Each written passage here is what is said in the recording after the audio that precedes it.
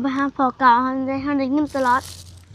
ไปหาพอเก่าเขาไปหาตำรวจเขาได้เงินเราตลอดไปหาแล้วนะไปหาพอเก่าเลยอยู่ไสพอเก่าพอได้แท้เขาอยู่บ้านใดอยู่วัดมหาโศกดิอยู่วัดมหาโศกนี้เลยประตูเข้มทางบ่แล้วเราอยู่ในไสลุมวัดลงมหาโศกในหนึ่งเด้ทางเข้าบ้านพังโฮบ่เลยอยู่บ้านพังโฮบ่เลยเราไปทางหน้า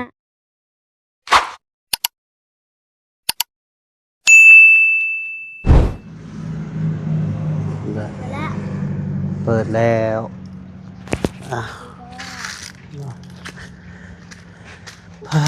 โธ่พี่น้องเอ้ยเนาะพอดีเบาแก้วหากระตื่นนอนพี่น้องเอ้ยเขาจะไปนอน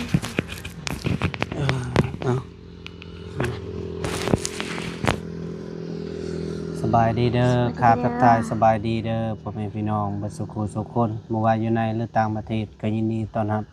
เข้าสู่ซองเบาแก้วสะพานบุญเด้อพ่อแม่พี่น้องเด้อพอดีเบาแก้วก็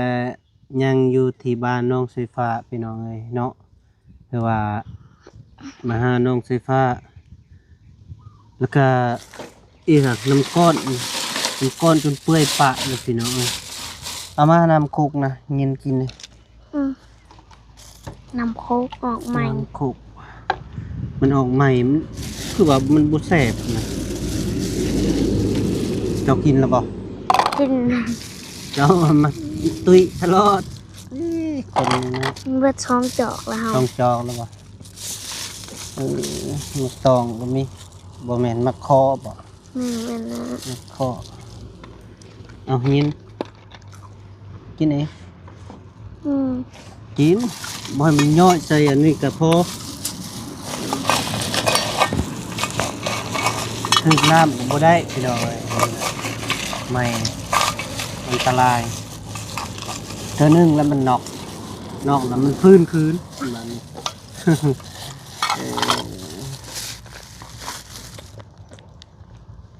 เขาไปหาพอเก่าเขาได้เงินตลอด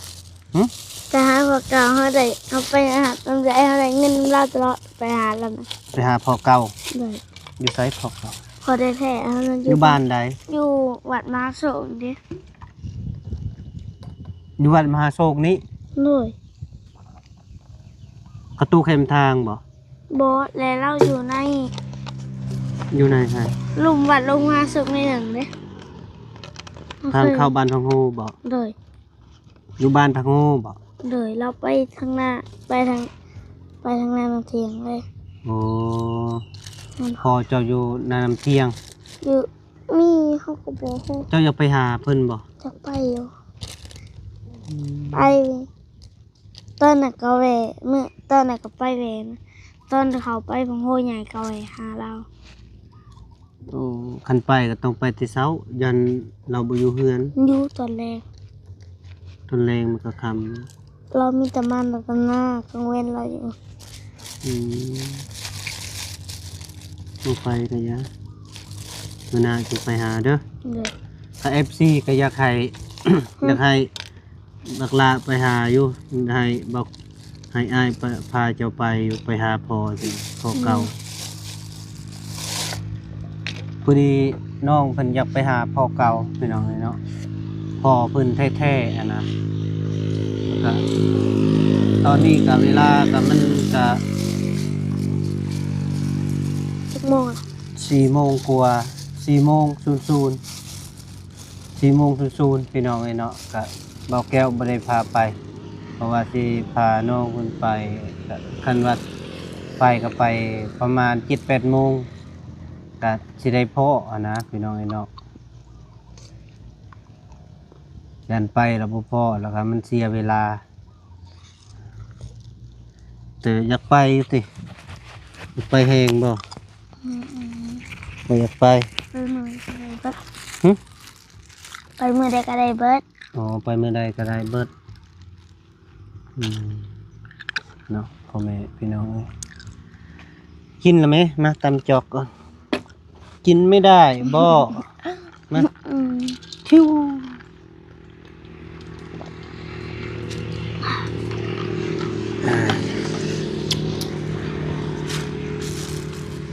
เป็นได้ครับซองไม้เฮานี่นะบ่เดินครับคนบ่ติดตามครับฝากบอกบ่รู้ฝากบอกว่าลุงติดตาม เขาไปกดติดตามบอกแก้วสะพานบุญนี่เด้อให้กำลังใจเรานำโดยอันนี้เป็นซองเบาแก้วสะพานบุญพ่อแม่พี่น้องเนาะแซ่ไปก็บ่มีคนเบิ่งครับ นี่ไป เบิ่งอยู่ก็บ่หลาย แต่ว่าก็ลงคลิปก็บ่หลาย ยังว่ายังบ่ทันได้ลงหลายหันนะพี่น้องเนาะแต่ว่าคนติดตามก็พอได้อยู่อืมแต่ว่าซองจะ ช่องแท้ ของแท้บ่ เอาของแท้เลย ของแท้ ทางใหญ่เลยนะ ซองลักแล้วก็คนติดตามประมาณ 6,000 ปลายบ่ซ้ำของเบาลี่ทำเนาะเบาลี่ถ้าก็เปิดใหม่นี่คนติดตามจะ90,000แล้ว โอ้ยพี่น้องเอ้ยเนาะฝากบอกกำลังใจให้เบาแก้วนี่เด้อกับน้องเซฟ้านี่เด้อซองใหม่อย่าให้มันผ่านไวๆพอได้มีเงินซื้อนมมาให้น้องเซฟ้าพอได้ซื้อน้ำซื้อหยังมาให้มาตอนเพิ่นพี่น้องไอ้เนาะกันมาเยี่ยมมายามเพิ่นก็ ทำจะมาเมื่อวานจะได้กินมะม่วงนะฮะซับ เจ้ากินผู้เดียวติ เลยเลยมาสมๆเลยมากินคนเดียวครับ เอามาแต่ไส เข้าไปเอาในต้นนี้ทางวัดนี่ โอ้ย ตู้เห็นได้เวลาเขาตร เพิ่ วน จ บ่ เลย หายบ่ มาให้ ไปลิ้นน้ำจัวบ่ ไม่ได้สูบไปดอกอยู่เพื่อน บ่ได้ทุบไปเด้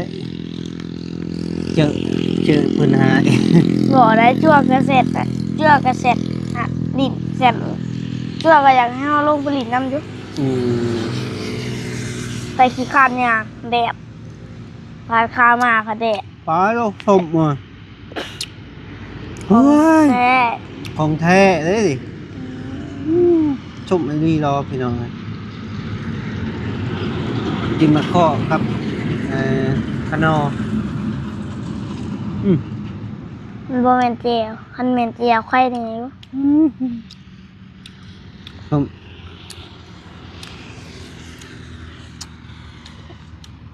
เราจะว่ามีแมงแคมบ่ นี่แต่มันเอามันมาได้มัน มันไปใส่ละ มันบินแล้ว บิน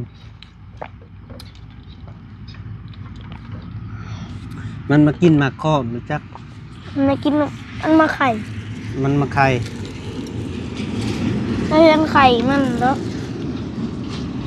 ก็เลยว่ามันมาไข่ ไข่มันกระตกล่ะ มันบดตกมันไข่ในงาใหม่หน่อยมันแบบใบอ่อนเนี่ยมันติดไว้ เจ้าคือฮู้ ถ้าเขาเคยเห็น เอาบ่ บ่อยาก เง่งเง่ง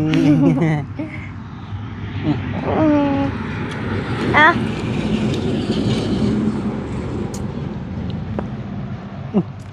สมแห่งเลย พลาด จะได้กิ มัน น ยังบ่สุก สมเลยเอา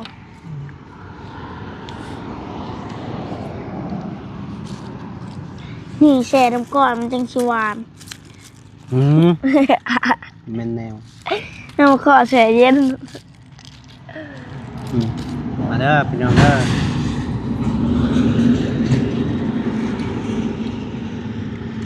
เย็นหอดกระเพาะนี่ สิมาแจ้งข่าวพี่น้อยเนาะแจ้งข่าวเรื่องเบาแก้วสิลงภาคใต้พี่น้องเนาะสิลงภาคใต้ลงไปหาอ้ายแล้วสิลงเบิ่งสวนกาแฟพี่น้องเนาะสวนกาแฟนี่มีแต่อ้ายเฮ็ดผู้เดียว แล้วก็สิลงไปเบิ่งมันเป็นจังไดเพิ่นไม่พี่น้องเอ้ยแล้วก็สิมาครอบน้องไฟฟ้าว่าจะลงไปประมาณ2 ทิศ ช่องทิศ แม่น นุ่น 2 ทิศ อะไรอะ โดนอดเอา ช่องทิศสิลงปะน้องไฟฟ้าแหละพี่น้องเลยพอดีหมอแก้วสิลงกับล ขี่ ง รถ หาทีมงานแน่เบาจิบเบาตูนแล้วก็เบาอนุแล้วก็เบาอย่างอีกเบาเมฆเพราะว่าเตียงก็ลงแล้วพี่น้องเลย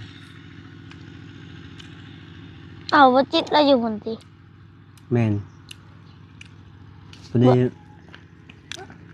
สิลงไปกินฮอดแน่ด้นลำบ่ได้กลับบ้านพี่น้องเอ้ยกับบ่แม่นบ้านแท้ของเบาแก้วมีแต่ซื้อเมื่อเบิ่งสวนกาแฟล่ะ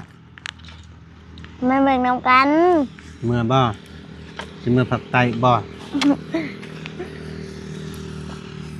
เมื่อกับเมื่อบ่ได้ดอก เป็นหยัง มันไกลขี่รถเมล์ได้มือ เราก็ยังบ่เคยขี่ อยากขี่รถบ่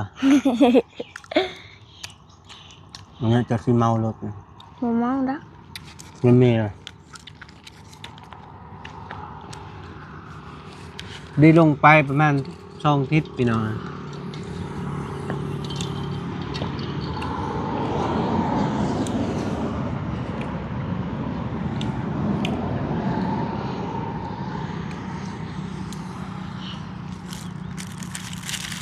สาว ดาสิไปหาพ่อแม่พี่น้องแล้วก็สิไปหาญาติพี่น้องคุณไปหาน้องหาอ้ายหาเอื้อยพี่น้องเนาะลงไปก็ได้ ลงไปจะไป คนเดียว อ้าว ถ้าว่าได้ลง บ่ได้ลงดอกเราอยู่ค่ายติ เป็นหยังก็บ่ให้ลง เอ้าบ่ให้เอ้าเดี๋ยวบ่อยู่ค่ายติคันจะลงไป อ้าวลงก็บ่ได้อยู่ น้องคันจะลงไปแล้วพระเสียเวียงเจ้าอยู่ค่าย เวียงอายแล้วอะไรนะ กับนี้มือหนามากอะ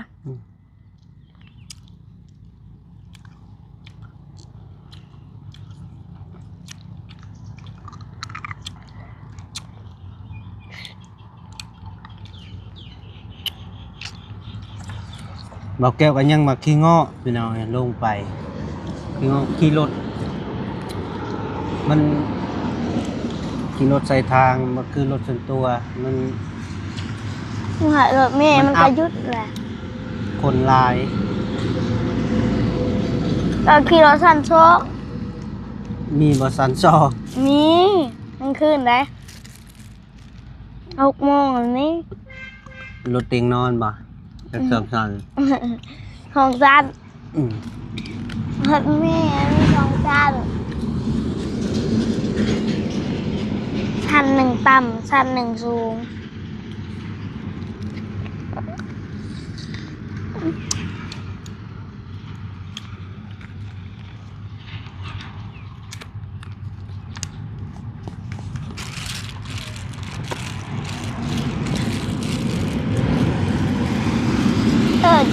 เจ้าหลานรถอันนี้ไปทำเขาก็ได้เลย อ่ะ เจ้าทำเขาก็ได้จะขี่รถจักรเจ้า เดียว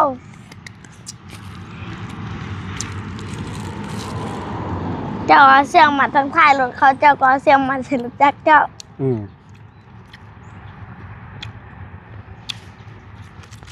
เจ้าก็ไปโคตรจะเร็วแซมแซงรถใหญ่ก็ได้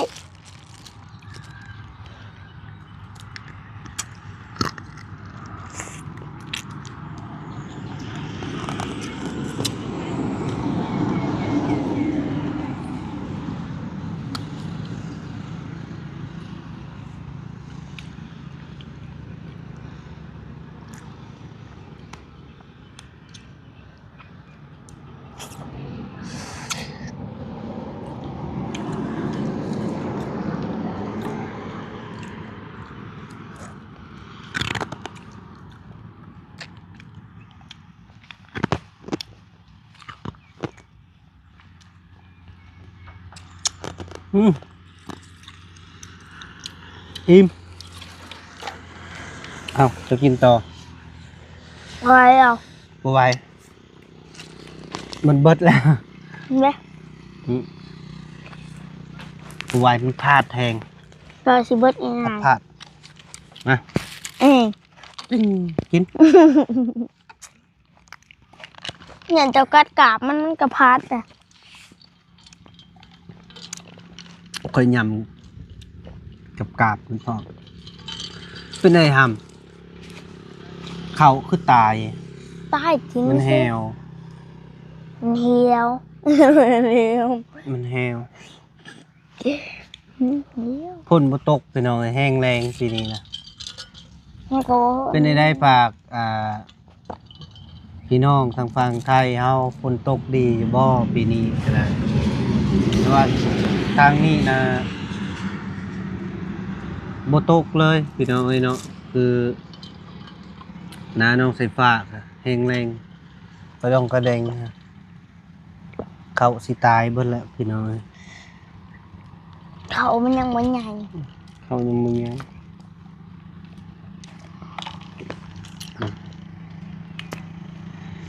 โอ้ถ้ามันแข็งตกลงมา ตาย ให้มันตกลงมา เฮ้ยแม่นยังอันนี้ ดีใจ นี่ เขาคือ หาง เห็น แตนบ่ เหมือนทำไมหางแต้นก็ต้องมีแม่เลยต้นกุ้งพ่นมีหางแต้นตัวหนูเอียกนะบางทีขึ้นไปมีเซลเพิ่นเห็นไข่ ไข่นกเอียง เลย เมื่อเช้านี้ เลยเพิ่นขึ้นไป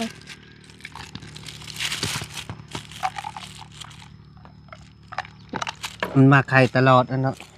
เลยงามหน้าจังเลยลูกเขากำลัง อ้าว เขากำลัง ยามห มา น้าก็นี่แหละยามหน้า เขากำลังขี่ม้าน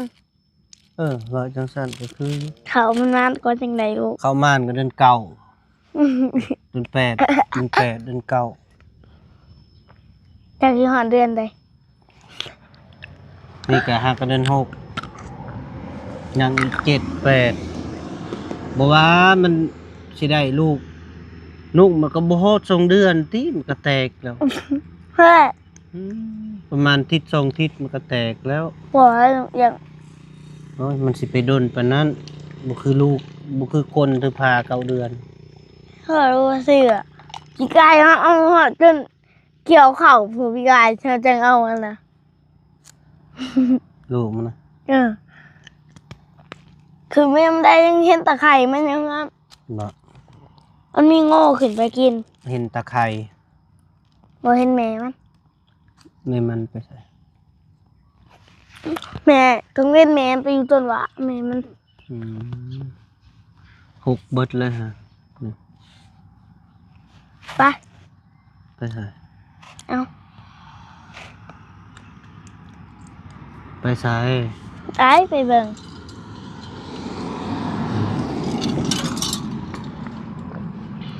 ส่วนพักกับไปใส่ละ ในใช้ชวนพักไทยหน้าเลยเด้ ส่วนพักไทยนา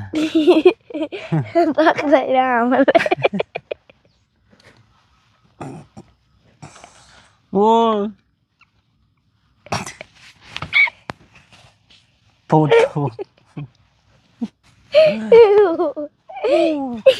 ตุ๊ดตีดมนี่บันพูดละหัวยังจะตดแตกพี่น้อง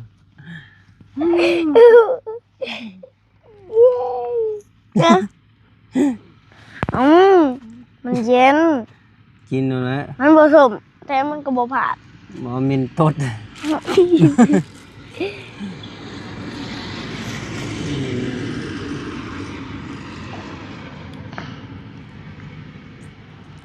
มันแดดแล้วก็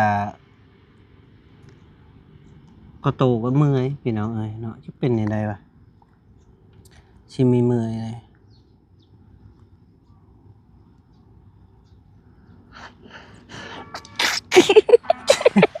หัวยัง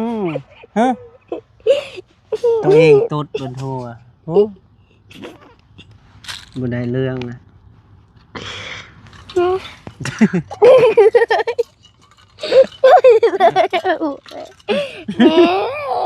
ิดแล้วสิ ตุ้ยก็นั่นมีแต่แมวตดตัวเองยังตดดีละบุญดีละบุญมีมาตดใส่หน้า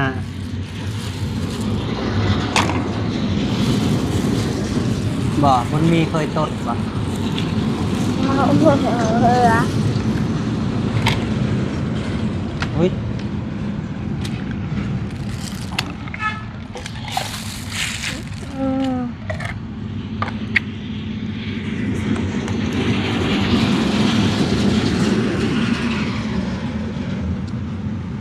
เอาฮัมเบิ้ลเลยยิงให้จิ้ว เต็ม เต็มคาราเบล น้ำก้อนเพิ่มใส่นี่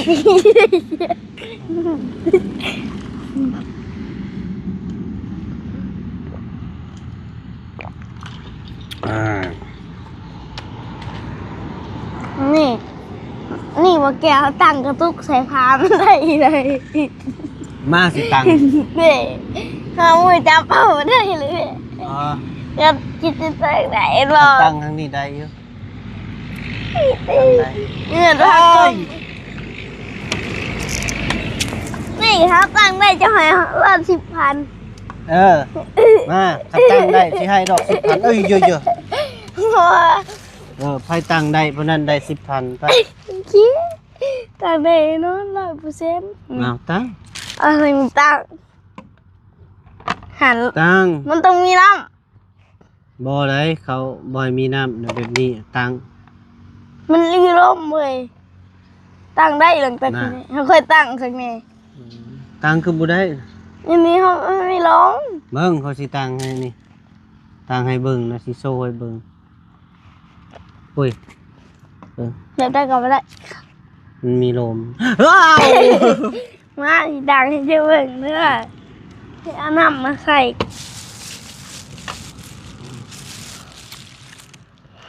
นี่ก็ได้อีกสักนิดก็ได้เอาน้ำก้อนใส่เห็นมันหนักเขาตั้งไว้จะเตี้ยพัด พอแล้ว เดี๋ยวเต้นไปเบิ่งเด้อ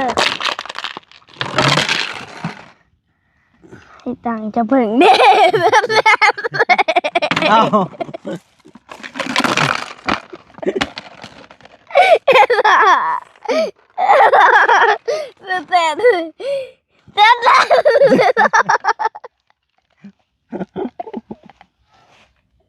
ใส่แล้วใส่คิว ลมพัดเจียงตั้งได้หัว เอาจะตั้งก็บ่ได้เอาตั้งได้ ได้ติตั้งโลด10เทื่อก็ได้แต่มันต้องเพิ่ม เพิ่มอีกยังเพิ่มภารกิจ